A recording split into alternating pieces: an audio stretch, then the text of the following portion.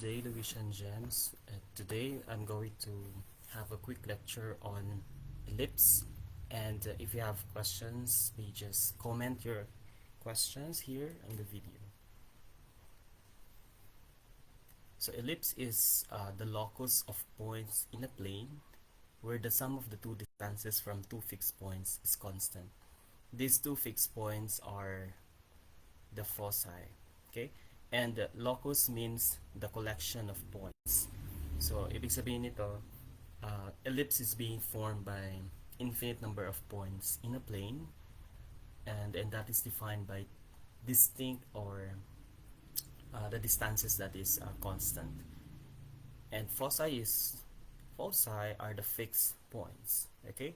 And to illustrate an ellipse, you can just do this by simply moving the position of that cap a bit slanting, and you'll see that the water itself, the surface of the water, you'll see it appears like an ellipse. Okay, so we have here the properties of an ellipse. You really need to understand the properties for you to understand also what you are solving. Okay, we have the focus. These are the two fixed points. The center definitely yung gitna, and that is the intersection of the major and minor axis. Okay, there is what we call transverse axis. So transverse is to major axis and conjugate is to minor axis. The major axis is a segment, okay, connecting these two vertices are connecting or forming the major axis, while the minor axis we have the co-vertices considered as the endpoints. So later we'll show the figure for you to understand the location of this major and minor. Latus rectum. Okay, we know that in parabola there is a latus rectum, but in this case dalawa na, no? We call it as latera recta. Okay, the length of latus rectum for an ellipse is 2b squared over a.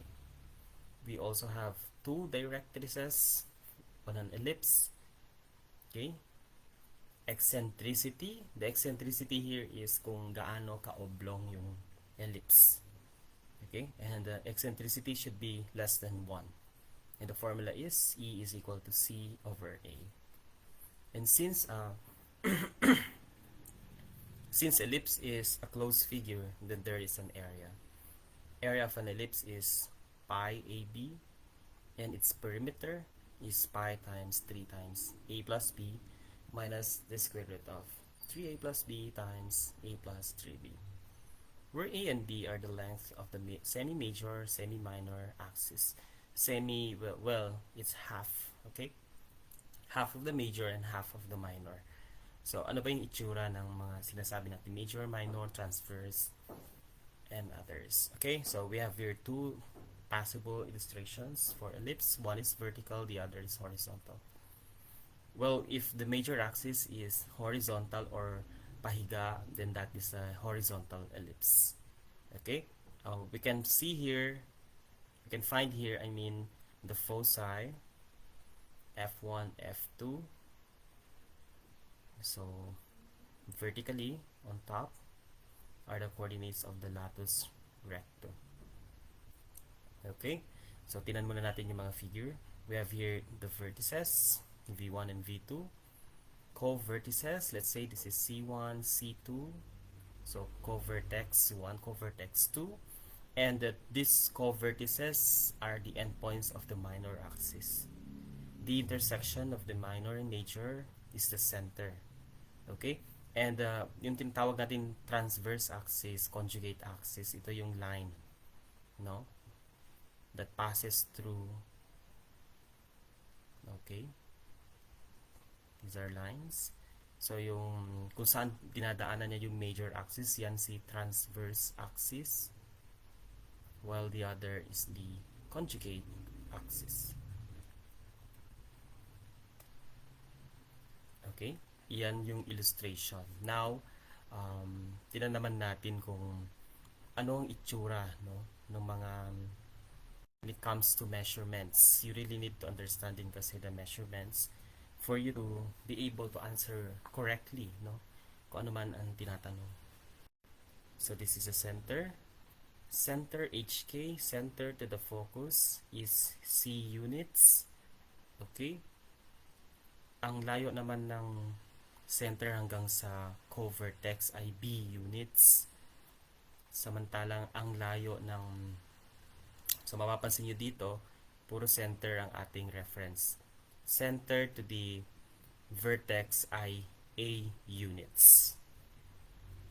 To solve for C class, C is equal to the square root of A squared minus B squared. Okay, so i-memorize nyo yung mga formula kasi mahalaga yan para ma-solve nyo ng tama. The length, this one is the first focus and the second focus.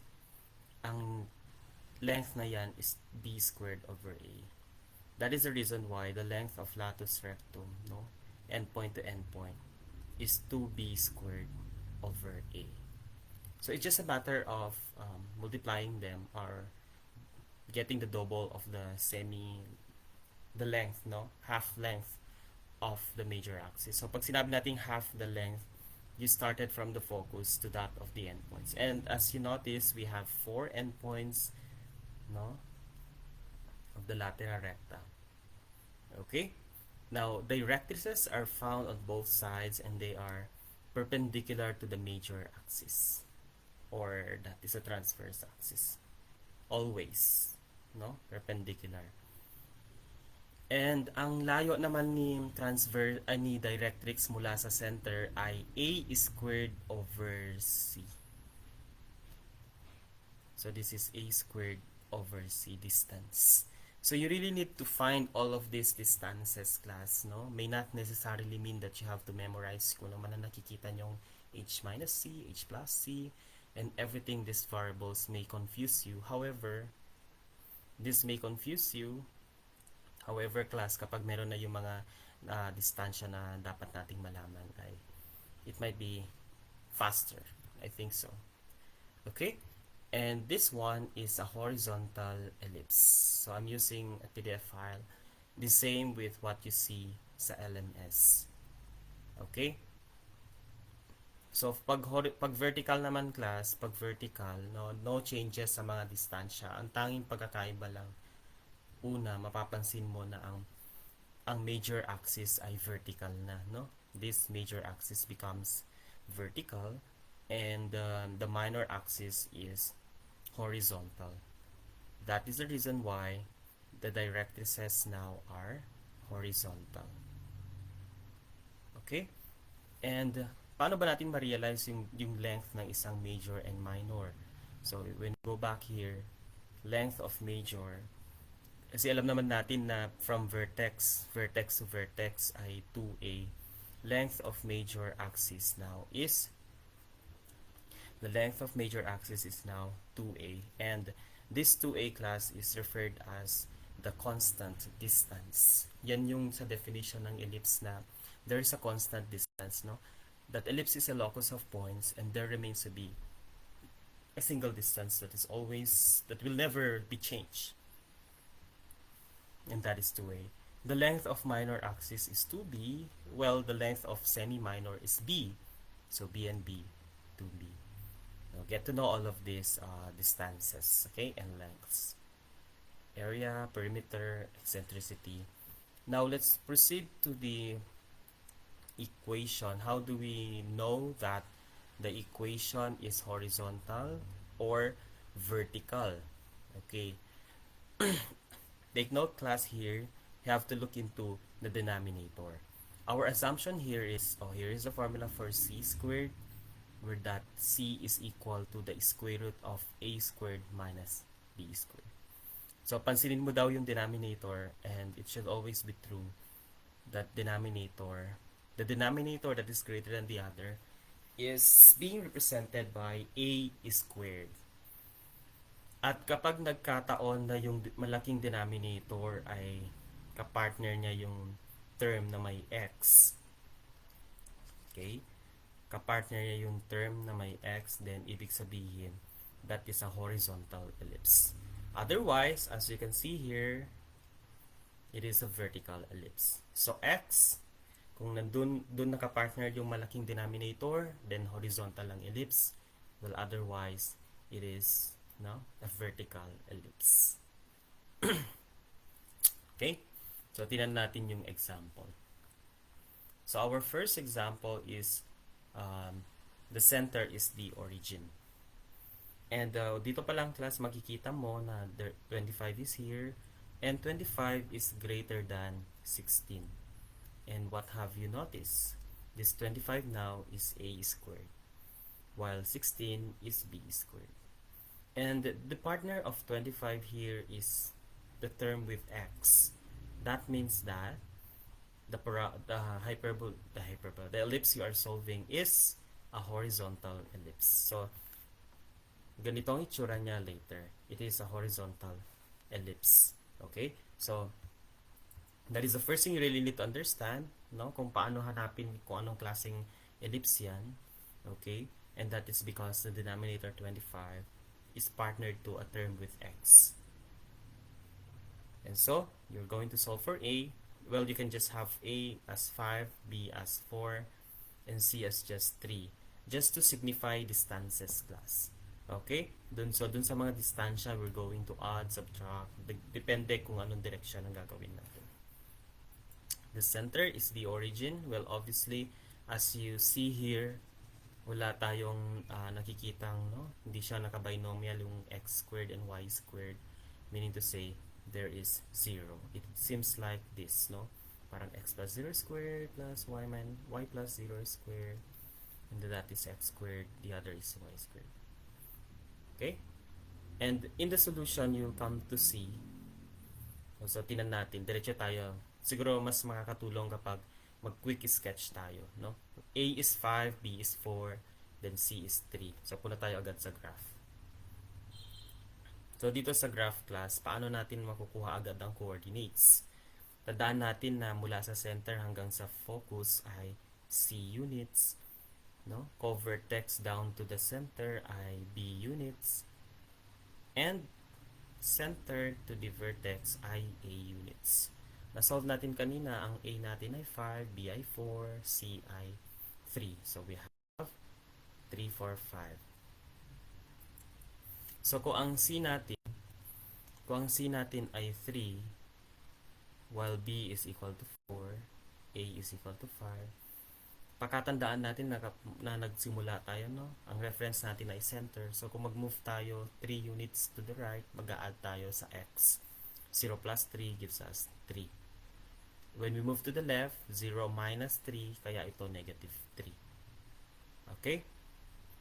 So, we have negative 3, 0, 3, 0 para sa focus or foci now. Kapag kukunin naman na natin ang vertices, okay, then dapat nakalinya siya sa focus. So, center to vertex ay 5 units. So, kapag pupunta tayo sa right, when we move to the right class, mag-a-add tayo. When we move to the left, we subtract that number of units. When we go up, we add. And when we go down, we subtract. Okay? So, may that be reviewed to you, no? And practice. So, nakuha natin dito ay 5, 0. Because from 0, 0, change x. When we move to the right or left, we're changing the x coordinate from the reference. When we move up or down, we're changing y from the reference. So 0 plus 5 gives us 5, and then just copy y coordinate. We move to the left, then we have 0 minus 5. Turn that to negative 5. And we copy the y coordinate. Okay, so meron na tayong vertices. Now, we're going to get the coordinates of the co-vertices. That is 4 units upward. So when we move upward, we need to change the y coordinate. So from the center having 0, 0, we will maintain the x coordinate of the center. So you just copied 0. Now change y. 0 plus 4 gives us 4. And 0, as we move downward, 0 minus 4, it gives us negative 4. Okay? So as quick as that, nakuha na natin ang co-vertices. Ngayon, we have the directrices, no? Ang layo ng isang directrix mula sa center class ay a squared over c. O ano ang a natin, di ba? 5. A squared therefore is 25. Tapos ang C natin ay 3. So we have 25 over 3. Ibig sabihin, we move to the right 25 over 3 units and move to the left 25 over 3 units. Ngayon, marami sa inyo naniniwala ako na nalilito, no, sa vertical at horizontal lines. Kapag vertical lines yan, x is equal to any constant. That's a vertical line. And when that is horizontal, y is equal to any constant. And so because of movement, and you expect that the directrices are vertical lines, expect therefore that that must be x equals. Okay? And how are you going to get the constant here? Simple. From the center, you get the x coordinate of the center, and that is 0.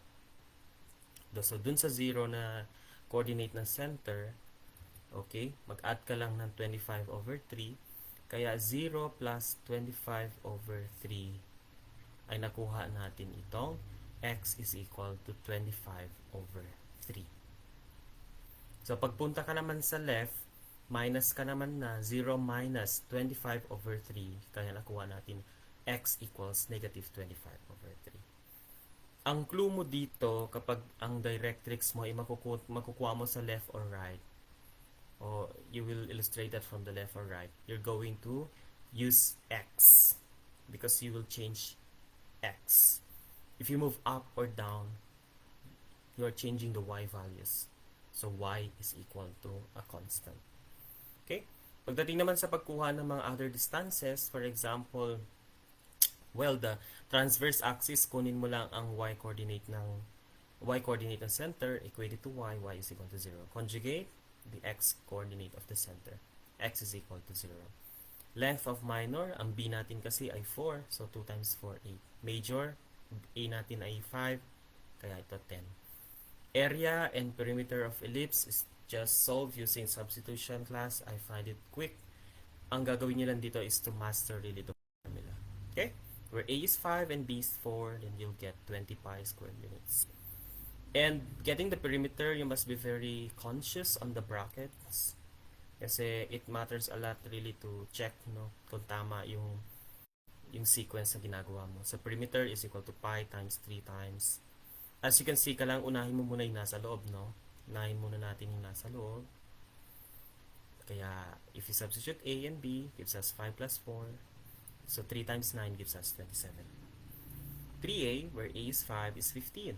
And 15 plus 4, where 4 is b, gives us 19. 5 ang a, so 3 times 4 is 12. 12 plus 5, 17. Multiply that. Okay? And you can go directly, make use of your calculator, that you will have this approximated perimeter, 28.36 units. For the eccentricity class, c is equal to a lang. Ang c natin ay 3. Ang b natin ay 4. Kaya nakuha natin ay 3/5. And you see, it is less than 1. When it comes to the length of the lattice rectangle, that is just twice b squared over a. Ang b natin ay 4, square 4, 16. 16 times 2, 32. 32 over 5. Okay? So that is for the ellipse, no, for horizontal. Ano ulit ang clue natin? Tignan natin ang denominator. The larger the denominator, observe that, and you see it's 25. Tapos tignan mo yung kanyang, kung x yan, horizontal, kung y naman, vertical. So, kuha tayo ng isa pang example. Siyempre, pili naman tayo ng vertical ellipse. Bakit siya naging vertical? Kapansin-pansin dito, no? Na meron tayong 100 as the denominator. And then, it is partnered to a term with y. Kaya siya vertical. Okay? So, the larger the denominator, which is 100, that becomes our a squared. So, a is 10. So, yung isang denominator is our b squared. So, b is 5. Get the difference of these two. 100 minus 25 is 75. And that is, c therefore is 5 square root of 3. Itong tatlong ito, class, kailangan ma-master mo kaagad. Sila talaga ang una mong isosolve, no?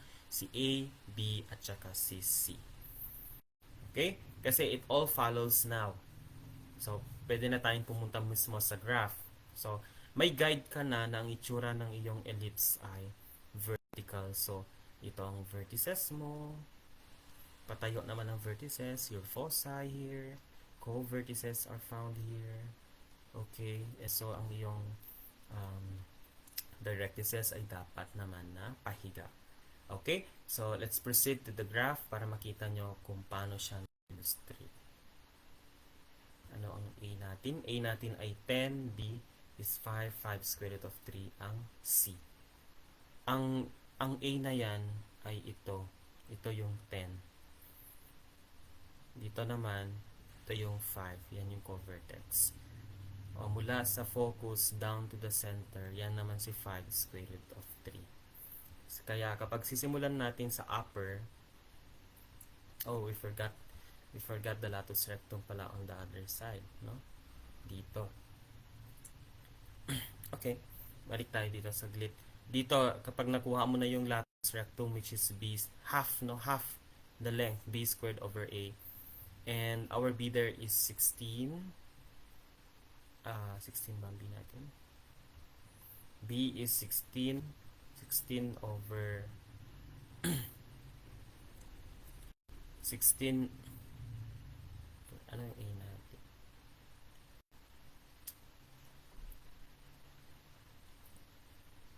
Over 5? Is that 16 over 5? Okay, that is 16 over 5, right? Kaya siya nakuha ang 3.2. So, kokopyahin mo dito yung x naman, no, negative 3 and then negative 3 here. Kasi magbabago naman ng y. And after that, you're going to add, no? 0 kasi ang y ng foci, 0 plus 16 over 5 is 3.2. Just the same. 0 minus 3.5 is negative 3.2. Doon naman sa kabila, ganun din naman yung distansya, focus to endpoint. Here is also 16 over 5. So, 0 plus 16 over 5 gives us 3.2. And 0 minus, kasi pababa ka naman, gives us negative 3 over 2. Okay? So, I just forgot that. No? Hindi, nalambasan pala natin. Kaya dito, mapapansin nyo class, no? Kapag gusto mo nang hanapin yung mga distansya as to complete the properties, distance here is B squared over A.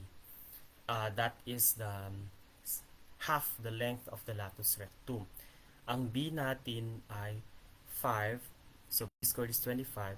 Ang C natin ay 5 square root of 3. So we have 25 over 3. This is equal to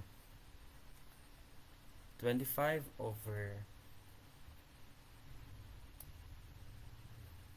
wait.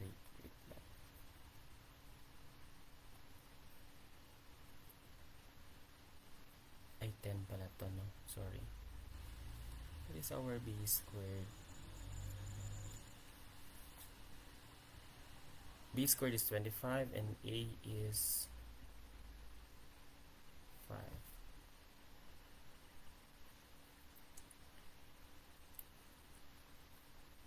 A is 10.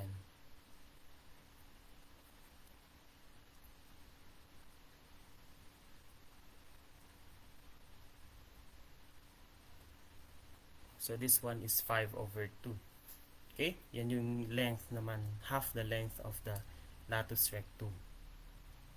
So ganoon din dito sa baba. 5 over 2 din ito. Okay. Pag nakuha mo ng mga yan, ready ka na sa mga coordinates. Another, ang layo naman ng directrix hanggang sa center ay A squared over C. Where A squared is 100 and C is 5 square root of 3. We can now cancel 105 and that is 20 over square root of 3. And when we rationalize that, 20 square root of 3 over 3 times, that becomes 20 square root of 3 over 3.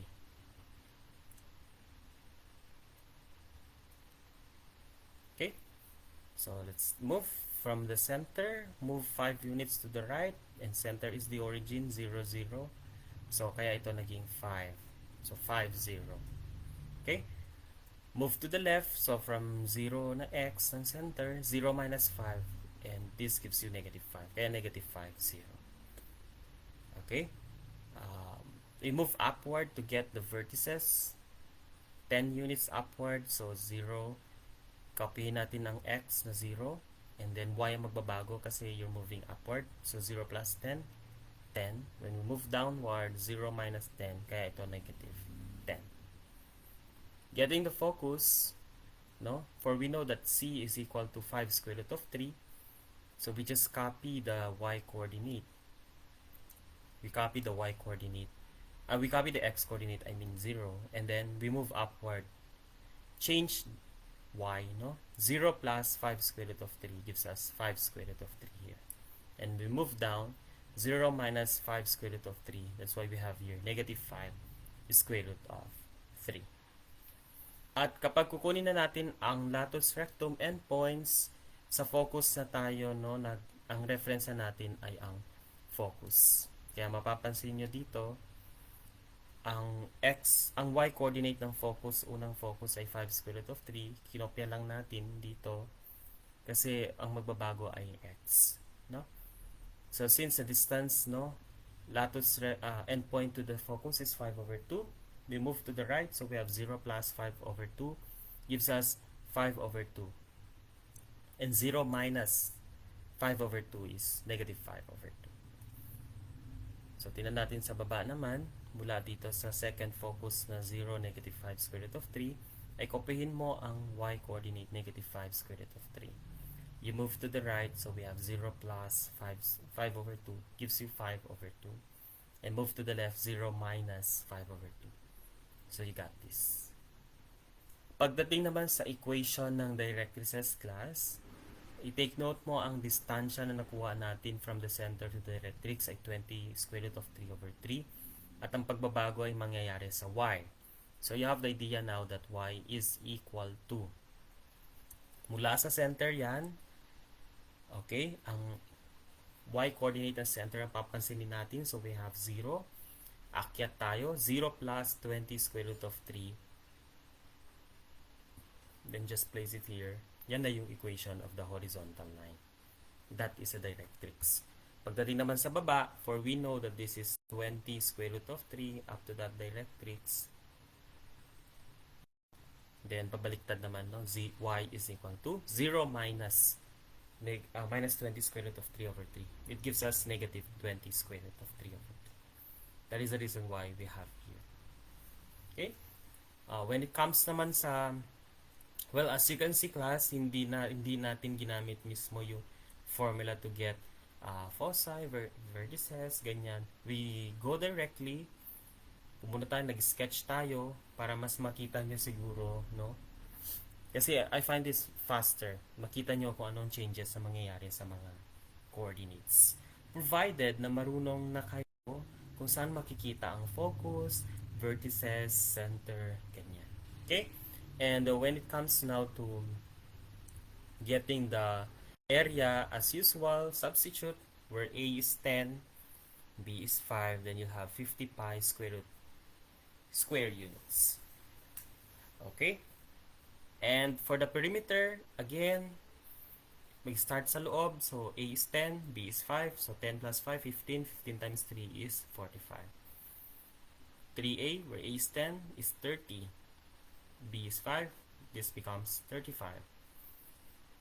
A is 10, B is 5, 3 times 5 is 15, 15 plus 10, 25. Okay? So, ito yung kanyang simplified, no? So, ngayon, gamit ka na ng calculator. So, makukuha mo 48.44 units. Eccentricity is C over A. So, cancel 5 and 10. So, may iwan ng 2. So, you have square root of 3 over 2. Huwag kalimutan, length of latus rectum, this formula. Okay? Very simple lang din naman, where b squared is 25 here. Then substitute 25. Times 2 is 50 divided by 10 gives you 5 units. Okay? So, nalaman natin na vertical yung sinusolve natin in this second example. It's only when you observe that in the standard form of the equation, there you see 100 as a larger value. And then, papasinin natin yung term. Yung term na may y, yun ay indication of vertical ang ellipse. Kung napunta siya sa term with x, isa siyang horizontal. Okay? So our examples here are centered to the origin. Now, if we have a center na hindi naman na origin, then halos pareho lang din naman ang process, only that maging conscious ka kasi ang kanyang center na ay hindi na origin. So, a bit tricky at the same time.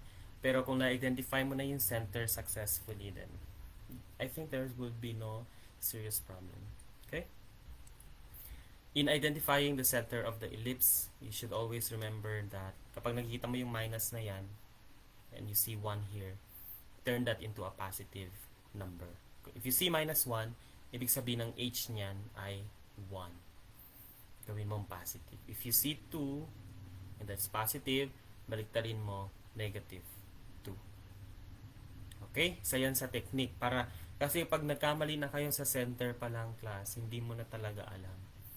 Maling-mali na rin lahat na masasolve mo coordinates. You may be correct on lengths, area, perimeter, but when it comes now to the foci, all that involve coordinates, posibleng magkakamali ka. Potential error yan. Okay? Now observe the denominator, and it's obviously here. Obviously, you see 25 as larger, greater than 16. And that means that 25 is our a squared, and the square root of that is 5, and b squared natin ay 16, the other denominator. Square root of 16 is 4. Get the square root of the difference of a squared and b squared, and that is simply 3. So yun si c. Okay? So 5, 4, 3. Ngayon class, pansinin mo, the larger denominator 25 ay nakapartner siya sa x. That is clear na isa siyang horizontal ellipse. And so, aminado ka na ang itsura ng ellipse sa isa-solve mo ay pahiga, no? Na ganito ang kanyang directrices. Okay, we have here the latus rectum. Foci are here. Center, co-vertices, vertices are here. Okay? So we know that A is 5, B is 4, and C is 3 with the center 1, negative 2. Punta tayo sa graph. So ito ang kanyang graph. Ang center natin ay 1, negative 2. So here is the center. The distance center to the focus ay 3 units. Center to the vertex ay 5 units.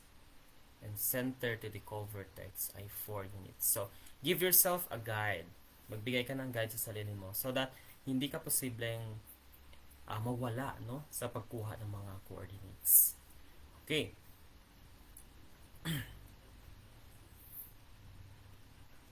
So next to that is to identify the coordinates, and you'll come to see that, you know, mula dito sa center na may coordinates 1, negative 2 ay pwede na natin just copy.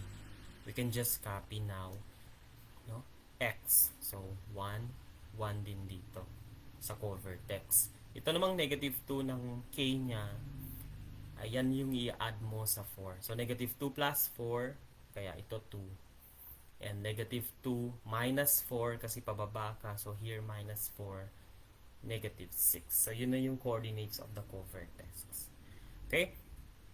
Mula sa center, 3 units to get the focus. At dahil ang movement mo ay horizontal, do not change the y coordinate. Kaya negative 2 pa rin ito.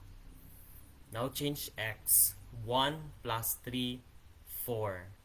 1 minus 3, negative 2. Okay? So nakuha na natin, no? At kapansin-pansin din at the same time class na lahat na magkakalinya horizontally ay pare-pareho ng x. Ng y, I mean. Okay? Samantalang yung magkakalinya vertically ay pare-pareho ng x. So you see here, negative 2, and then negative 2 din dito. 4, 4, and 4. Kapareho sila kasi magkakalinya sila. Okay? So, ang distansya naman ng latus rectum natin, baliktad ako. Should be the other way. Distansya ng latus rectum natin class, this one, is b squared over a. Diba? where b is 4, so 16 over 5. So 16 over 5 is equal to 3.2. So kung 3.2 ito, dito din sa baba, 3.2. Maintain the x-coordinate. So nandito na tayo sa focus. Maintain the x-coordinate of the focus. Latus rectum, -2, -2 ang x ng dalawang endpoints ng latus rectum. -2 ang y ng focus, -2 add to 3.2 to get the y coordinate of the first endpoint. Kaya nagkaroon tayo ng positive 1.2. So -2 plus 1.2, -2 plus 3.2 is 1.2. -2 minus 3.2 is -5.2. Okay?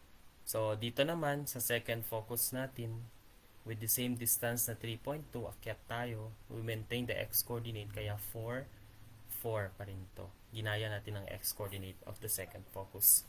Sa y-coordinate na -2, mag-add na tayo ng 3.2. Observe, this is 1.2.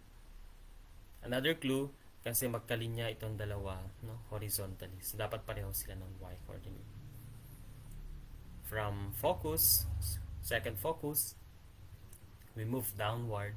So, we will have -2 minus 3.2. This is -5.2. -5.2. Obviously, dapat pareho sila ng y-coordinate dun sa kabila. Kasi, magkalinya sila horizontally. When it comes to vertices naman, class, kasi that's 5 units. So, maintain the y-coordinate -2. 1 plus 5, you got 6 here. 5 units to the left, 1 minus 5, kaya -4 naman to. Okay? And pagdating sa directrices, kapansin-pansin ang directrix ay patayo. Bakit? Dahil ang dahil ang ellipse ay isang horizontal at ang kanyang major axis and the transverse axis ay horizontal at the same time. Dapat perpendicular sila here. Okay?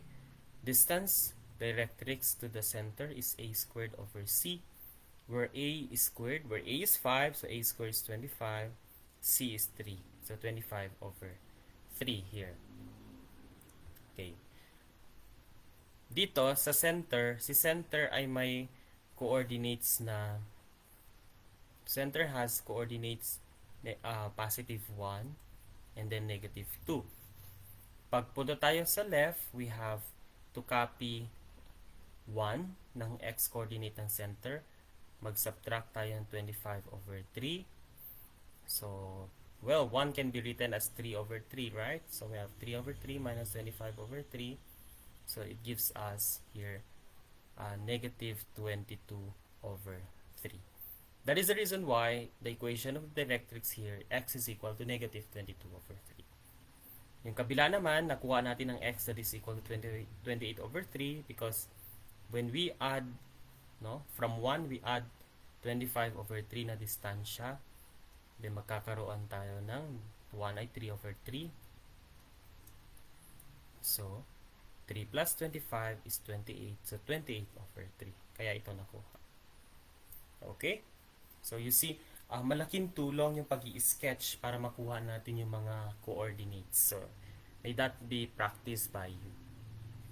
So, pagkuha naman ng area, perimeter, we just need to substitute the given values. We have AB here, A is 5 and 4, 25.